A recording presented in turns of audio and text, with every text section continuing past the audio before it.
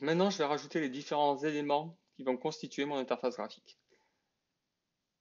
Alors, ces éléments-là, je vais les organiser en les groupant dans des blocs qu'on va appeler des panels. Je vais mettre 3 panels. Un premier panel par ici, qui sera la grille de jeu. Donc ça va être un panel assez important. Pour l'instant, je le resize en essayant avec une taille un petit peu approximative, mais on va voir après comment le resizer exactement. Pour le distinguer dans les propriétés, je vais lui mettre un background et je vais lui mettre un background blanc. Comme ça, je le vois bien sur ma fenêtre.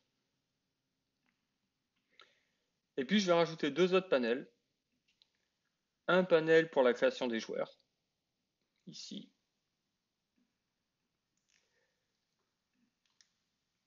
Je vais mettre en vert clair. Et puis, je vais faire un copier-coller et je vais mettre un deuxième panel qui sera plutôt des informations de jeu. Voilà.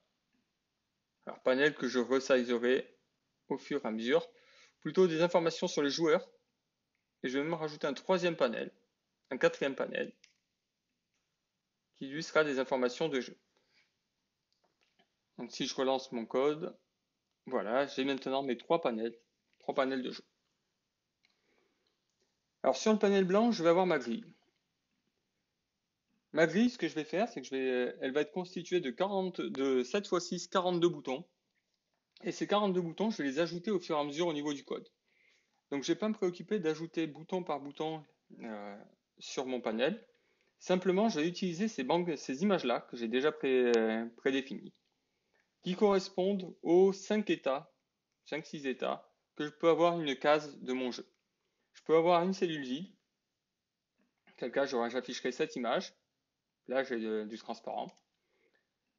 La présence d'un désintégrateur, avec ce symbole-là. La présence d'un jeton jaune. La présence d'un jeton rouge. Et puis, un trou noir. Voilà. Donc, si je prends n'importe laquelle de ces images, que je regarde sa propriété, chaque image fait 96 par 96 pixels. Donc, je vais avoir besoin ici d'un panel qui devra contenir 7 colonnes de 96 pixels et 6 lignes de 96 pixels chacune. Au niveau de ce panel, je vais déjà lui changer son nom. Alors, soit en allant sur code et en changeant le variable name ici, soit avec un bouton droit et en faisant change variable name. Et je vais l'appeler panneau gris. Je vais donner une identité à chacun des éléments graphiques que j'ai, comme ça je vais pouvoir les retrouver dans mon code plus facilement quand je vais devoir interagir avec. Ce panel-là, qui est ici, je vais l'appeler panneau info joueur.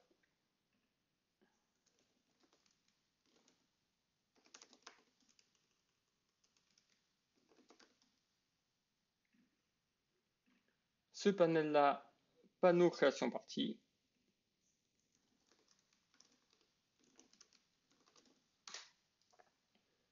Alors l'ordre n'a pas d'importance ici, hein.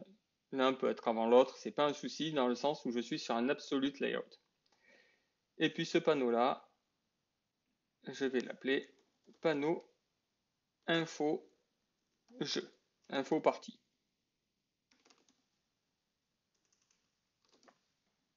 Et on verra plus tard ce que je mets dedans. Mon panneau gris va être un petit peu particulier, je vais tout simplement changer son layout, c'est-à-dire changer la façon dont il va afficher les éléments qui le contiendront. Et je vais utiliser quelque chose qui est assez pratique ici, qui va être un grid layout. Lorsque je mets mon set layout en grid layout, mon panneau est changé. Alors du fait que j'ai un grid layout, je vais pouvoir définir un nombre de colonnes et un nombre de lignes, et ce nombre de colonnes et ce nombre de lignes va découper mon panneau en différentes cellules, et à chaque fois que je vais rajouter un élément dans ce panneau, il sera ajouté les uns à la suite des autres. Ce qui fait que je ne vais pas m'embêter à gérer l'affichage de mes cellules dans mon panneau. Je définis simplement une grille, j'ajoute mes cellules les unes à la suite des autres, et elles vont s'organiser automatiquement au sein de mon panneau gris. Donc je vais avoir cette colonne pour 6 lignes. Horizontal gap 0, vertical gap 0. Maintenant, à chaque fois que j'ajouterai des éléments dans ce panneau, dans ce grid layout, ils seront ajoutés les uns à la suite des autres.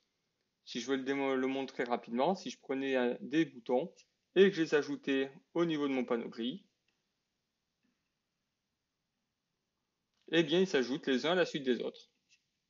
D'abord sur la première ligne, alors sur la première ligne, sur la première colonne, et ainsi de suite. Et au fur et à mesure que j'ajoute des boutons, eh bien, ils s'organisent en ligne et en colonne, automatiquement. Donc voilà, au bout d'un moment, à chaque fois que j'ai un certain nombre de lignes de rempli, les éléments sont répartis automatiquement par le panneau gris. Et si j'ajoute 42 éléments, ils seront répartis correctement avec cette colonne et ces lignes. Pour l'instant, je vais tout simplement supprimer ça et je générerai mes boutons automatiquement avec du code.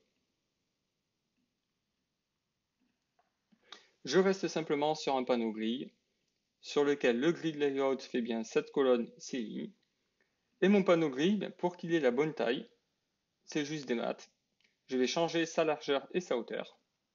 Je prends la calculatrice. J'ai dit que chaque colonne faisait 96 pixels.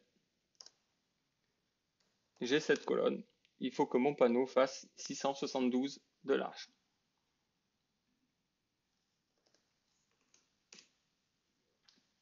Même calcul pour la hauteur. 96 x 6, 576 de haut. 576.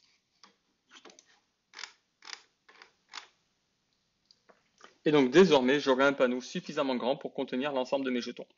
Ce qui fait que je vais pouvoir adapter un petit peu les autres panneaux pour qu'ils ne s'empiètent pas.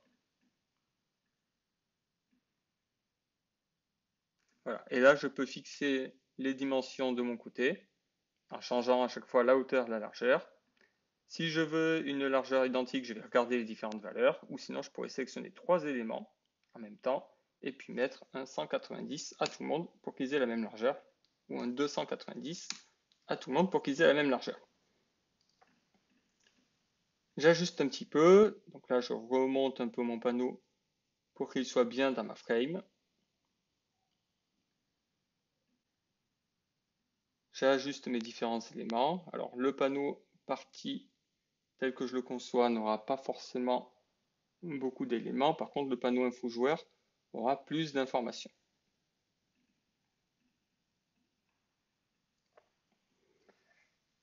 Voilà. Je relance et je vais me retrouver avec cette interface de jeu-là.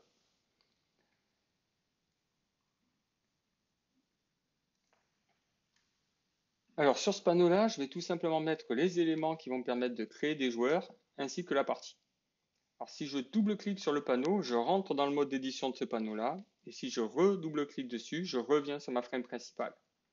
Donc je vais redouble-cliquer ici, je vais changer là encore l'organisation du panel, bouton droit, Set Layout, Absolute Layout. Je vais le faire sur tous les panels pour pas avoir de soucis. Voilà, désormais quand je vais placer mes différents éléments, j'aurai pas de problème.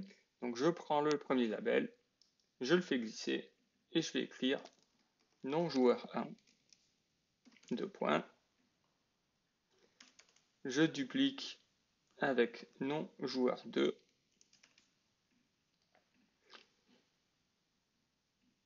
Et donc si je relance mon code, vous voyez que j'ai maintenant non joueur 1 et non joueur 2 qui sont apparus. Ensuite, je vais mettre des box qui vont me permettre de saisir du texte. Pour ça, je vais chercher dans Swing Control et je vais avoir un text field. Text field, c'est ce qui va me permettre de saisir du texte. Vous pouvez le voir ici. Et là, je saisirai le nom du premier joueur. Je duplique le nom du deuxième joueur. Je gère un peu l'alignement. Et je rajoute un nouveau bouton, un button, JButton. Et dans les propriétés, je vois texte sur JButton et je peux le changer. Donc le texte que j'ai ici correspond au texte qui sera affiché sur mon bouton. Et là, je peux écrire commence, démarrer partie.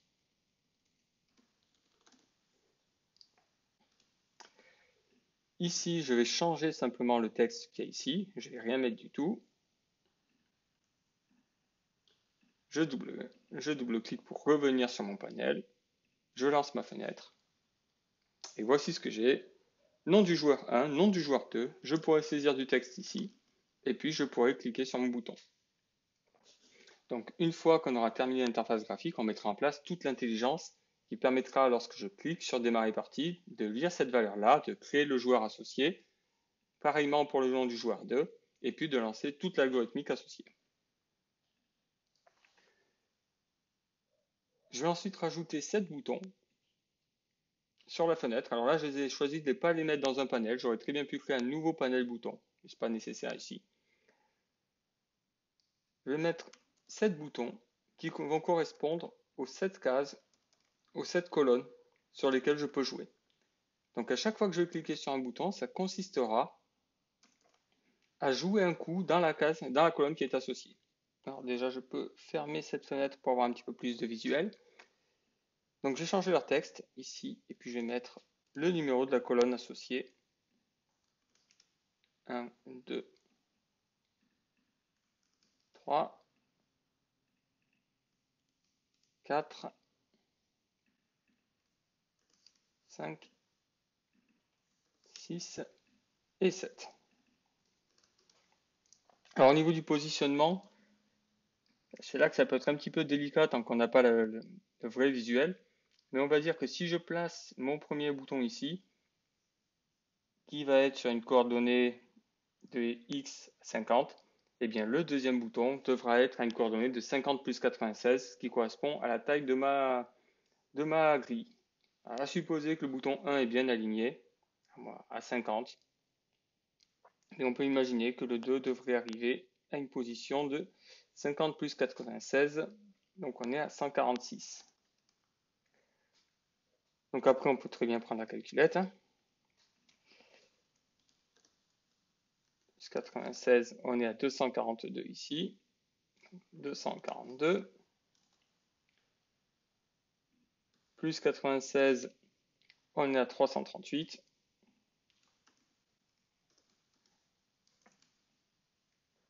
Plus 96, 434. Alors bien sûr, ceci est ajusté en fonction de la taille d'image que vous utiliseriez. Plus 96, 530.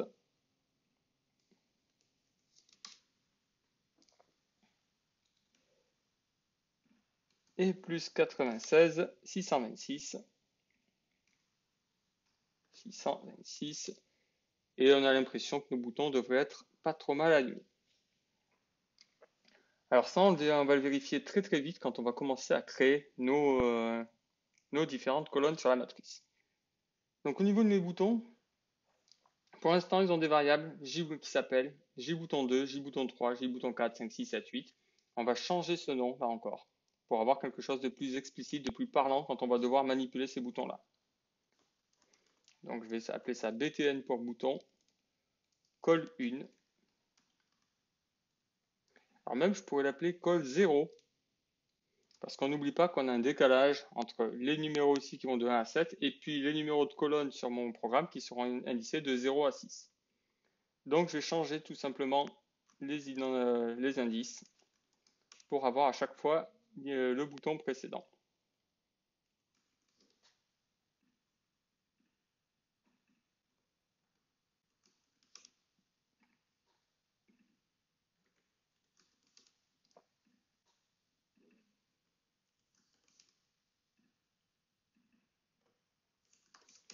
Et voilà. Au niveau ici de mon panel où j'avais des labels qui étaient non joueur 1, non joueur 2, ceux-ci ne sont pas intéressants. En revanche, les noms des éléments sur lesquels je vais récupérer les noms des joueurs devraient avoir un nom un petit peu plus explicite que JTextField 1 et JTextField 2. Donc je vais appeler celui-là non joueur 1.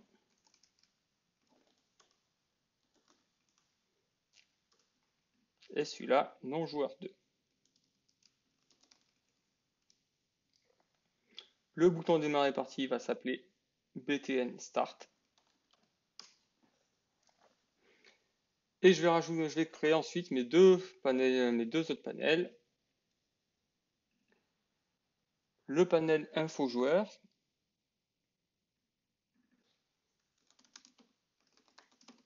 sur lequel je vais préciser pour chaque joueur quel est son nom, quelle est sa couleur, quel est le nombre de désintégrateurs qu'il a. Donc là-dessus, avec les propriétés, je peux changer un petit peu la police et puis passer en 18. Hop. Info joueur.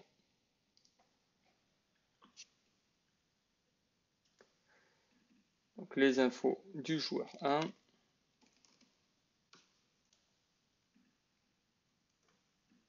Un copier-coller. Sa couleur.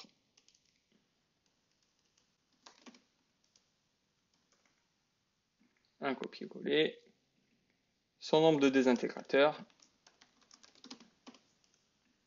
Voilà. Et tous ces éléments-là sont de simples labels, donc ce sont des simples affichages. En revanche, sur l'autre label, ici, je mettrai le nom du joueur 1. Alors pour l'instant, je mets un texte arbitraire qui sera non joueur 1. Ensuite, couleur joueur 1.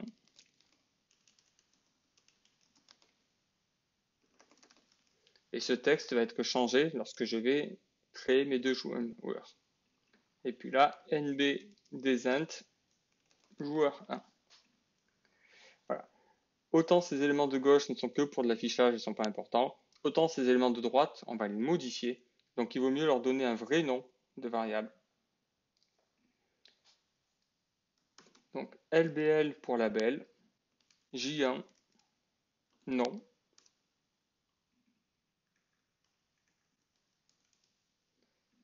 Ici, LBL J1 couleur.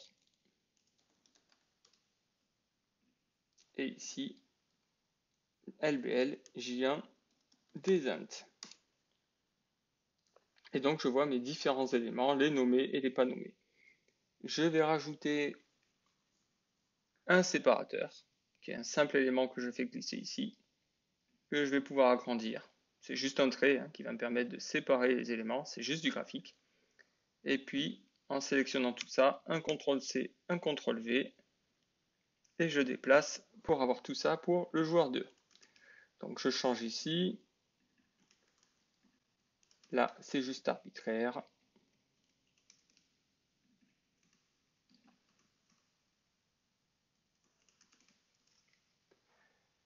Simplement, je vais changer le nom des variables à chaque fois pour que ça soit plus parlant.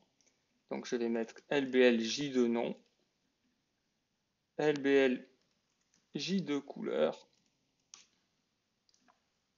et LBL J2 desint pour définir le nombre de désintégrateurs.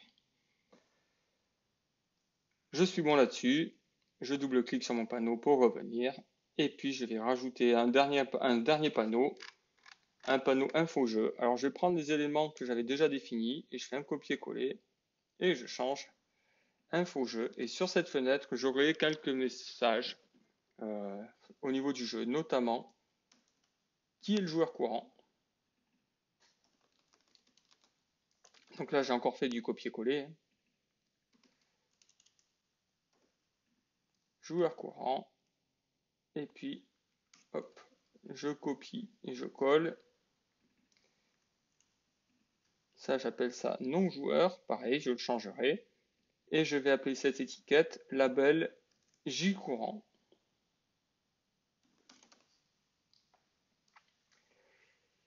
Donc j'ai cette étiquette qui désignera le nom du joueur courant sur le jeu. Et je vais rajouter un dernier élément qui serait un text area. Donc c'est une zone de texte un petit peu plus grande qu'à l'accoutumée, qui me permettra de mettre du texte un petit peu plus long si jamais j'avais des messages à mettre.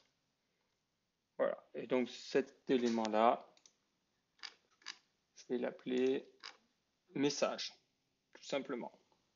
Donc code, c'est un scroll pan, on peut l'appeler message. Et voilà, j'ai mon interface graphique qui est construite. Alors, pas grand-chose pour l'instant, mais lorsque je la lance, vous avez tous les éléments dont j'ai parlé, les différents boutons qui vont définir mes différentes actions de jeu, la création de la partie qui sera ici, les infos des joueurs qui sont associés, les infos du jeu associé.